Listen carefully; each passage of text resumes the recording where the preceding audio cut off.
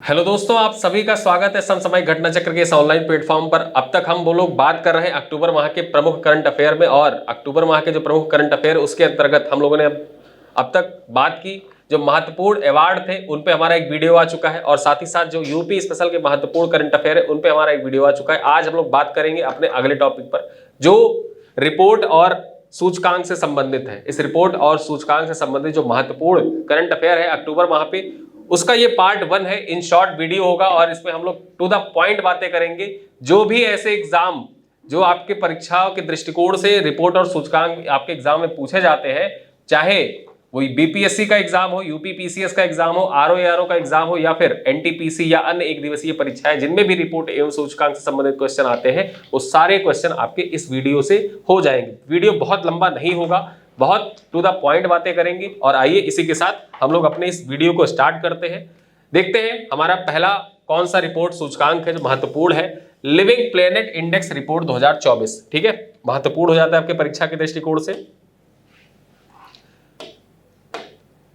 Living planet index report 2024, इसके बारे में जानते हैं। तो लंदन की जूलॉजिकल सोसाइटी द्वारा जारी किया गया रिपोर्ट जारी की जाती है। ये किसके द्वारा? तो जूलॉजिकल सोसाइटी के द्वारा ये रिपोर्ट जारी की जाती है। सबसे पहला पॉइंट तो यही महत्वपूर्ण हो जाता है कि लिविंग प्लेनेट इंडेक्स रिपोर्ट 2024 किसके द्वारा जारी की गई? तो जूलॉजिकल सोसाइटी के द्वारा जारी की गई। अगला पॉइंट देखें तो रिपोर्ट के अनुसार बीते 50 वर्षों यानी कि 1970 से 2020 में वन्य जीवों की आबादी में 73% की गिरावट आई है। ये रिपोर्ट कह रही है कि जो 1970 का दशक था वहां से स्टार्ट करके अगर हम 2020 की बात करें तो बीते 50 सालों में जो वन्य जीव है उसमें 73% की गिरावट दर्ज की गई है। तो यह महत्वपूर्ण हो जाता है, आपसे एग्जाम में पूछा जा सकता है कि लिविंग प्लेनेट रिपोर्ट के अनुसार 1970 से 2020 के मध्य कितने प्रतिशत के वन्यजीव में गिरावट दर्ज की गई है? तो 73% की गिरावट दर्ज की गई है। इस इंडेक्स में वर्ष 1970 से 2020 में 5,495 जीवों की लगभग 35,000 आबादी कम होने की बात कही गई है, ठीक है। तो ये आपके परीक्षा के दृष्टिकोण से महत्वपूर्ण इंडेक्स है, लिविंग प्लेनेट इंडेक्स 2024 रिपोर्ट, ठीक है। किसके द्वारा? जूलॉजिकल सोसाइटी के द्वारा जारी की जाती है। 50 वर्षों में 73% की वन्यजीवों में गिरावट दर्ज की गई है। आइए हम अपने अगले रिपोर्ट के बारे में बात करते हैं। मानसिक स्वास्थ्य पर विश्व स्वास्थ्य संगठन की रिपोर्ट, जो मानसिक स्वास्थ्य है उस पर विश्व स्वास्थ्य संगठन की रिपोर्ट है, वो क्या कहती है? 10 अक्टूबर को विश्व मानसिक स्वास्थ्य दिवस। सबसे पहले महत्वपूर्ण हो जाता है कि विश्व मानसिक स्वास्थ्य दिवस कब मनाया जाता है? तो विश्व मानसिक स्वास्थ्य दिवस जो है वो मनाया जाता है 10 अक्टूबर को। किस दिन? 10 अक्टूबर को मनाया जाता है विश्व मानसिक स्वास्थ्य दिवस, ठीक है। तो इसी दिन क्या होता है? डब्ल्यूएचओ अपनी रिपोर्ट जारी करती है मानसिक स्वास्थ्य पर। विश्व स्वास्थ्य संगठन की जो रिपोर्ट है वो 10 अक्टूबर को जारी हुई। अगर रिपोर्ट के अनुसार हम देखें तो वर्ष 2024 में इस दिवस का थीम जो था, ठीक है, थीम क्या था? जो विश्व मानसिक स्वास्थ्य दिवस है वर्ष 2024 के, इसका थीम क्या था? तो mental health on work place. Mental health on work place जो है वर्ष 2024 के लिए विश्व मानसिक स्वास्थ्य दिवस का थीम था। रिपोर्ट के अनुसार डिप्रेशन और एंजाइटी से हर वर्ष 1200 करोड़ कामकाजी दिवसों का नुकसान हो रहा है। ये रिपोर्ट कह रहा है कि जो डिप्रेशन और एंजाइटी है उसके कारण हर वर्ष, ठीक है, 1200 करोड़ कामकाजी दिवसों का नुकसान हो रहा है इस रिपोर्ट के अनुसार। आगे हम बात करें, एक महत्वपूर्ण पॉइंट है, इस महत्वपूर्ण पॉइंट के बारे में चर्चा कर लेते हैं। Tele mental health assisted and networking across states, ठीक है, जिसको आप टेली मानस के नाम से जानते हैं, जो हेल्पलाइन है, इसने अपने आप को अपग्रेड कर लिया है। और इस एप्लीकेशन पे अब क्या होगा कि इसके साथ ही वीडियो कॉल की फैसिलिटी की शुरुआत कर दी गई। जो टेली मानस हेल्पलाइन नंबर था जिसपे जो अवसादग्रस्त और डिप्रेशन में लोग रहते हैं वो संपर्क कर सकते हैं उस हेल्पलाइन नंबर पे, अब उसको क्या कर दिया कि अपग्रेड कर दिया गया है। और अपग्रेड करने के साथ अब वीडियो कॉन्फ्रेंसिंग के माध्यम से आप आमने सामने से वार्तालाप कर सकते हैं जो मनोचिकित्सक है उनसे, ठीक है। तो यहाँ पे हमने बात कर रही है डब्ल्यूएचओ की मानसिक स्वास्थ्य पर जो रिपोर्ट है उसके बारे में। अगला देखते हैं, वर्ष 2023 के संबंध में अंगदान रिपोर्ट महत्वपूर्ण हो जाता है, ठीक है। अंगदान report, national organ and tissue transplant organisation, ठीक है, द्वारा ये रिपोर्ट जारी की जाती है। सबसे पहले महत्वपूर्ण हो जाता है किसके द्वारा? जब भी आप रिपोर्ट इंडेक्स पढ़े तो ये देख लें वो रिपोर्ट किसके द्वारा जारी की जाती है, ठीक है। सबसे पहला पॉइंट तो यही महत्वपूर्ण हो जाता है। तो national organ and tissue transplant organisation द्वारा ये रिपोर्ट जारी की जाती है। अगस्त में जारी रिपोर्ट के अनुसार अंगदान करने वाले 15,436 जीवित लोगों में से 63% महिलाएं हैं। मतलब महिलाओं की संख्या कितनी है? वर्ष 2024 की रिपोर्ट के अनुसार 63% महिलाएं हैं, जिन्होंने टोटल अंगदान किया उसमें 63% महिलाएं हैं। अगर हम बात करें सर्वाधिक अंगदान करने वाले राज्यों और यूटीज के बारे में देख लें तो दिल्ली इसमें टॉप पर है, जहां पर 4275 अंग प्रत्यारोपित किए गए। वहीं अगर हम दूसरे नंबर पे बात करें तो तमिलनाडु, यहाँ पे 1833 अंग प्रत्यारोपित किए गए। तीसरे नंबर पे हम बात करें तो महाराष्ट्र है, यहाँ पे 1493 अंग प्रत्यारोपित किए गए। और चौथे नंबर पे देखें तो केरल है, यहाँ पे 1376 अंग प्रत्यारोपित किए गए। ठीक है, अब आइए अपने अगले रिपोर्ट पे हम लोग चर्चा करते हैं। हमारा अगला रिपोर्ट है India skill report 2024। India skill report 2024, इसके बारे में जानते हैं। तो प्रतिष्ठित संस्था वी बॉक्स के द्वारा जारी की जाती है। ठीक है, किसके द्वारा जारी की गई? जो इंडिया स्किल रिपोर्ट 2024 है, किसके द्वारा जारी की गई? तो वी बॉक्स के द्वारा जारी की गई। ठीक है, इस संस्थान के द्वारा आयोजित नेशनल एम्प्लॉयबिलिटी टेस्ट में देश भर के 3.88 लाख युवाओं ने भाग लिया। इसी परीक्षा के परिणाम के आधार पर इंडिया स्किल रिपोर्ट 2024 तैयार की गई है। ठीक है, जो इंडिया स्किल रिपोर्ट है वो कितने प्रतिभागियों के आधार पर तैयार की गई है? तो याद रखना 3.88 लाख प्रतिभागियों ने इसमें जो नेशनल एम्प्लॉयबिलिटी टेस्ट था उसमें प्रतिभाग किया, और इसी के आधार पर India skill report 2024 Wheebox के द्वारा तैयार की गई है। ठीक है, इस आधार पर शीर्ष 10 राज्य कौन कौन से हैं? जो शीर्ष 10 राज्य रहे जो इंडिया स्किल रिपोर्ट 2024 है उसके अंतर्गत देखें तो यहाँ पे पहले स्थान पर हरियाणा, दूसरे स्थान पर महाराष्ट्र, तीसरे स्थान पर आंध्र प्रदेश और उत्तर प्रदेश का चौथा स्थान है। तो उत्तर प्रदेश का स्थान आपके परीक्षा के दृष्टिकोण से इंपॉर्टेंट हो जाता है। एग्जाम में आपसे पूछे कि इंडिया स्किल रिपोर्ट 2024 के अनुसार उत्तर प्रदेश को कौन सा स्थान पर रखा गया है, तो उत्तर प्रदेश को चौथे स्थान पर रखा गया। पहला स्थान किसको प्राप्त हुआ है? तो पहला स्थान हरियाणा को प्राप्त हुआ है। वहीं अगर हम बात करें तो दूसरा स्थान महाराष्ट्र को, तीसरा स्थान आंध्र प्रदेश को, चौथा यूपी को, पांचवें नंबर पे केरल को रखा गया है, छठवें पे तेलंगाना को, सातवें पे कर्नाटक को, आठवें पे पंजाब को, नौवें पे तमिलनाडु को और दिल्ली को 10वां स्थान प्राप्त हुआ है। ठीक है, तो यहाँ पे जो टॉप 10 है उनके बारे में हमने चर्चा कर ली। आगे हम बात करें, रिपोर्ट के अनुसार 22 से 25 वर्ष तक के आयु वर्ग में सर्वाधिक रोजगार योग्य युवा उत्तर प्रदेश में है। ठीक है, अगर जो एग्जाम में आपसे ऐसे भी पूछ रहे, यहाँ पे तो पूछ लिया ओवरऑल, अगर जो पूछे इंडिया स्किल रिपोर्ट में उत्तर प्रदेश का कौन सा स्थान है तो चौथा है। अगर आपसे एग्जाम में पूछे कि 22 से 25 वर्ष आयु के बीच में रोजगार प्राप्त युवाओं की सर्वाधिक संख्या कहां पे है? ठीक है, तो जो योग्य युवा है रोजगार प्राप्त करने के वो सर्वाधिक उत्तर प्रदेश में है। तो यहाँ पे ये पॉइंट आपकी परीक्षा के दृष्टिकोण से इंपॉर्टेंट हो जाता है, याद रखिएगा, एग्जाम में पूछा जा सकता है। आगे बात करें तो वित्तीय वर्ष 2022-23 के लिए ASI रिपोर्ट, इसके बारे में चर्चा कर लेते हैं। ASI की रिपोर्ट है, नीति आयोग द्वारा जारी उद्योग के वार्षिक सर्वेक्षण के मुताबिक देश में औद्योगिक क्षेत्र के उत्पादन और उनमें रोजगार के अवसर तेजी से बढ़ रहे हैं। नीति आयोग के द्वारा जारी किया गया।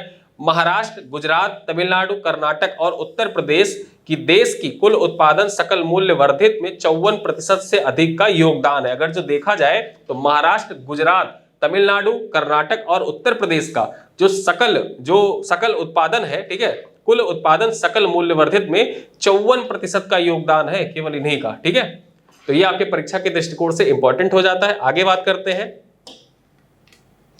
Global innovation index 2024।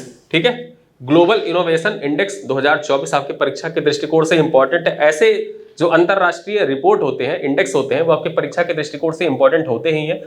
और इन रिपोर्ट में आपको क्या चीजें देखनी होती है? सबसे पहले तो ये रिपोर्ट किसके द्वारा जारी किया जाता है, भारत का कौन सा स्थान है, विगत वर्ष भारत का कौन सा स्थान था और नंबर 1 पर कौन है। तो यहाँ पे जो ग्लोबल इनोवेशन इंडेक्स है ये किसके द्वारा जारी किया जाता है? तो वर्ल्ड इंटेलेक्चुअल और प्रॉपर्टी ऑर्गेनाइजेशन के द्वारा, यानी कि वीपो के द्वारा ये रिपोर्ट जारी की जाती है। सबसे पहला पॉइंट महत्वपूर्ण आपके परीक्षा के दृष्टिकोण से। दूसरा पॉइंट है टॉप 3 देश कौन कौन से हैं? तो स्विट्जरलैंड नंबर 1, स्वीडन नंबर 2 पे है और यूएसए नंबर 3 पर है। टॉप 3 में अगर जो देखें तो स्विट्जरलैंड, स्वीडन और यूएसए है। वहीं अगर हम बात करें तो कुल 133 अर्थव्यवस्थाओं में भारत को कौन से स्थान पर रखा गया है? तो भारत को 39वें स्थान पर रखा गया है। टोटल जो 133 अर्थव्यवस्थाओं का आकलन किया गया उसमें जो भारत है, भारत को 39 स्थान पर रखा गया। अगर हम विगत वर्ष की बात करें कि वर्ष 2023 में भारत का कौन सा स्थान था, तो वर्ष 2023 में भारत को 40वें स्थान पर रखा गया था। ठीक है, भारत को 40वां स्थान प्राप्त हुआ था। तो यहाँ पे आपको पता चल गया ग्लोबल इनोवेशन इंडेक्स जो है वो वीपो के द्वारा जारी किया जाता है। पहले स्थान पर स्विट्जरलैंड है, 133 अर्थव्यवस्थाओं को सम्मिलित किया गया, जिसमें भारत का स्थान 39वां है। गत वर्ष भारत का कौन सा स्थान था? तो 40वां था। आगे हम बात करें ग्लोबल हंगर इंडेक्स 2024, महत्वपूर्ण हो जाता है, इससे संबंधित क्वेश्चन आपकी परीक्षा में पूछे जा सकते हैं। तो आयरिश संगठन, कंसर्न वर्ल्ड वाइड और जर्मन सहायक एजेंसी वेल्थ हंगर हेल्फे द्वारा प्रकाशित। आगे हम बात करें तो ग्लोबल हंगर इंडेक्स 2024 के बारे में, यहां से क्वेश्चन आपकी परीक्षा में पूछे जा सकते हैं, ठीक है, क्योंकि ग्लोबल हंगर इंडेक्स हमेशा से ही आपकी परीक्षा के लिए फेवरेट टॉपिक रहा है।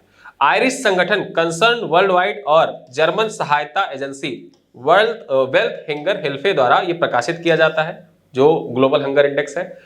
कुल 127 देशों की सूची में भारत को 105वां स्थान मिला है, ठीक है। कुल 122 देशों में रैंक 1 प्रदान की गई है, कुल 22 देशों में इसको रैंक 1 प्रदान की गई है। 22 देशों को, जो टोटल अगर हम पूरी लिस्ट देखें तो पूरी लिस्ट 127 देशों में 105वां स्थान भारत को प्राप्त हुआ है, ठीक है, 105वां स्थान भारत को प्राप्त हुआ है। वहीं अगर हम देखें तो जो सूची है 127 देशों की, उसमें 22 देश ऐसे हैं जिनको नंबर 1 पर रखा गया है, ठीक है, नंबर 1 पर 22 देशों को रखा गया है, और भारत को कौन सा स्थान प्राप्त हुआ है? 105वां स्थान प्राप्त हुआ है। महत्वपूर्ण है आपके परीक्षा के दृष्टिकोण से, याद रखिएगा। इससे संबंधित कुछ अन्य तथ्यों को भी देख लेते हैं। देश के 80 करोड़ लोगों को मुफ्त अनाज दिए जाने के बावजूद 2024 के लिए ग्लोबल हंगर इंडेक्स में भारत को 100 में से 27.3 स्कोर के साथ 127 देशों में 105वां स्थान प्रदान किया गया है, ठीक है। आगे हम बात करें इंडेक्स में भारत, पाकिस्तान और अफगानिस्तान के साथ उन देशों में शामिल है जहां भुखमरी गंभीर समस्या की श्रेणी में है, ठीक है। ऐसे कुल 42 देश हैं, 42 देशों को गंभीर श्रेणी में रखा गया है, जिनमें पाकिस्तान, अफगानिस्तान जैसे देश भी शामिल है, और भारत को भी उसी कैटेगरी में शामिल किया गया है, गंभीर वाली कैटेगरी में, ठीक है। आगे हम बात करें ग्लोबल हंगर जो इंडेक्स है, स्कोर की गणना भूख की गंभीरता को दर्शाते हुए 100 बिंदु पैमाने पर की जाती है। 0 सबसे अच्छा स्कोर है और 100 सबसे खराब स्कोर है, मतलब जो स्कोर होता है वो 100 के पैमाने पर किया जाता है।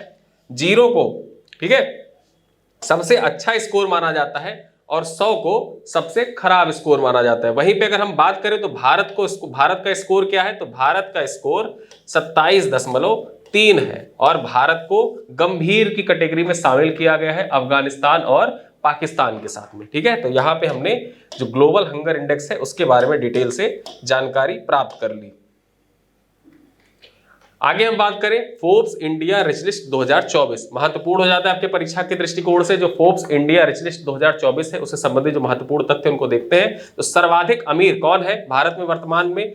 फोर्ब्स इंडिया रिच लिस्ट के अनुसार मुकेश अंबानी नंबर 1 पर है, गौतम अडानी जो है वो नंबर 2 पर है, और सावित्री जिंदल जो है वो नंबर 3 पर है। वहीं हम बात करें एक अन्य महत्वपूर्ण तथ्य इसी रिपोर्ट के अनुसार, बीते 1 वर्ष के दौरान सर्वाधिक संपत्ति में वृद्धि जो दर्ज करी है, सर्वाधिक संपत्ति वृद्धि किसके संपत्ति में हुई है? तो नंबर 1 गौतम अडानी, नंबर 2 पर मुकेश अंबानी, और नंबर 3 पर सावित्री जिंदल है। इनकी संपत्ति में पिछले 1 वर्षों में सर्वाधिक वृद्धि दर्ज की गई है, ठीक है। तो यहाँ पे हमने फोर्ब्स इंडिया रिच लिस्ट के बारे में देख लिया। आगे हम देखते हैं एशिया पावर इंडेक्स 2024 के बारे में।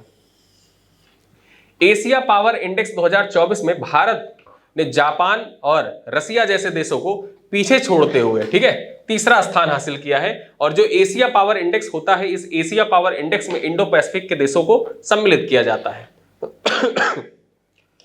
ऑस्ट्रेलिया के थिंक टैंक लोवी द्वारा जारी ये रिपोर्ट किसके द्वारा जारी की जाती है? इंडेक्स, तो लोवी इंस्टीट्यूट है, ऑस्ट्रेलिया का एक थिंक टैंक है लोवी इंस्टीट्यूट, उसके द्वारा जारी किया जाता है। आगे देखें तो शीर्ष 3 एशियाई महाशक्तियां कौन कौन सी हैं? अमेरिका, चीन और भारत। यहाँ पे अमेरिका कैसे? मैंने इंडो पैसिफिक की बात की, तो इंडो पैसिफिक में अमेरिका भी सम्मिलित है, इसी वजह से जो शीर्ष स्थान पर है वो अमेरिका है, नंबर 2 पर चीन है, और नंबर 3 पर भारत है।